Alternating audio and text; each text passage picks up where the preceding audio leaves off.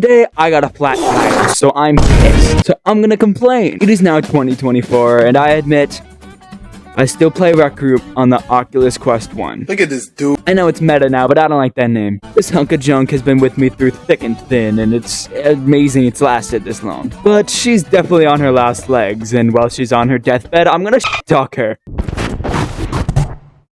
Awful lag.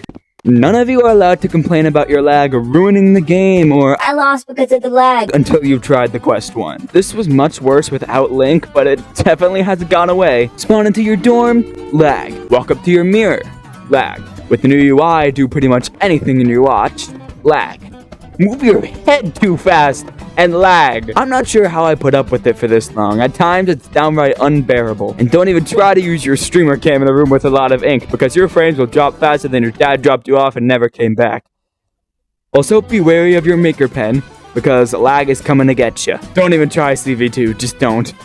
Terrible tracking. Like all other standalone headsets, the Quest 1 has the sensors on the outside of the headset, in this case on all four corners. But the Quest 1 came out almost 5 years ago now, so these sensors are You can't put your hand behind your head or you'll have to awkwardly wiggle your hand in front of your face to get the sensor to recognize your controller again. Using the things like the whip and especially bows can be extremely difficult due to your hand constantly being out of the sensor's sight. Plus, tons of things can throw the sensors off. Things like mirrors, other devices, etc. Making some things very difficult. Loading times that last a millennia. I sure hope you like sitting in a dark void staring at the Rec Room logo, because you'll be doing that pretty often. Although a portion of this has to do with my crappy internet, the Quest 1 does attribute to longer loading times. Especially when entering Rec Room studio rooms, because the headset can barely handle them. There's been times where even loading into the Rec Center.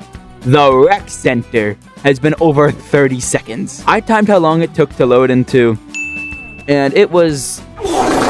That's insane. There's been times where I'm playing things like Golden Trophy with people, and by the time I've loaded in, we're already in the weapons room. Not to mention the intense lag you'll experience when leaving and entering any room. Your headset still dies. I know this is an issue for anyone using meta headsets with a PC, but as I mentioned, the Quest 1 is 5 years old, and its battery is also shit. I can't be on Rec Room for more than an hour and a half to 2 hours without having to log off and charge my headset. On a good day, I can make 3 hours, but that's very rare. Even in my last video, I was on for too long, and my headset died while I was recording. Mid-sentence even. And that was not the first occurrence of this happening. It's happened countless times. And before I had Link, I could just play, and then when my headset told me it was dying, I could plug it in and just keep playing. But since it's plugged in all the time with Link, it just slowly dies. It doesn't regain much. And since it's permanently plugged into my PC, therefore, whenever my PC is on, it's charging, which is also killing the battery. Pretty terrible graphics. I will give it some points here. Between the Quest 1 standalone and Quest 1 Link, there's an understandable difference in the graphics quality.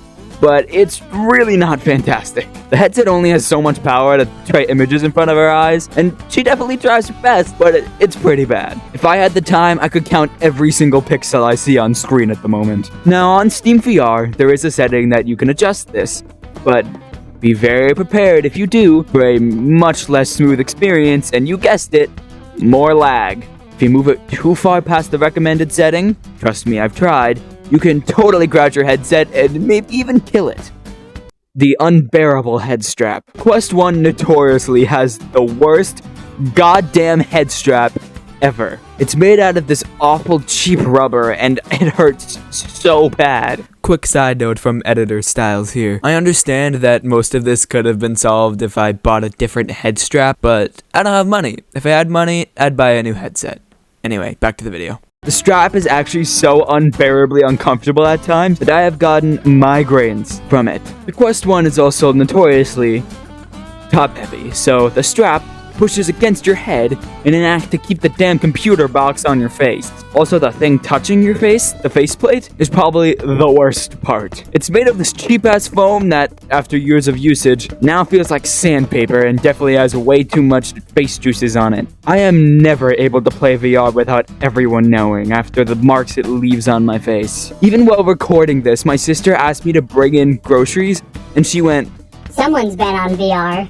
Logging on in general. This is less about Rec Room and more about the headset, but turning it on, getting past Guardian Space, and making it into Link has actually become an Olympic sport.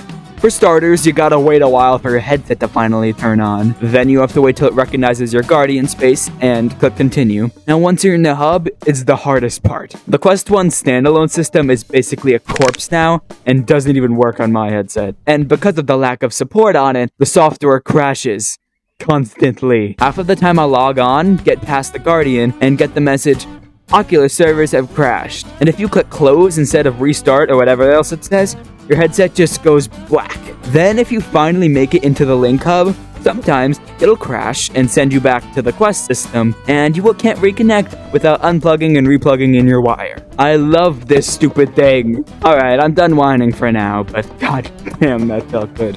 Even though I just talked the Quest 1 into oblivion, I'm infinitely grateful for what this headset has done for me and lasting through all the abuse it's been through. No, I mean it. There was literally a time where the latch on the side of my headset broke and it fell clean off my head and flat onto the floor. But she survived. Anyway, I hope you enjoyed this rant sesh. Do not buy a Quest 1. Donate to my GoFundMe for a new headset and subscribe.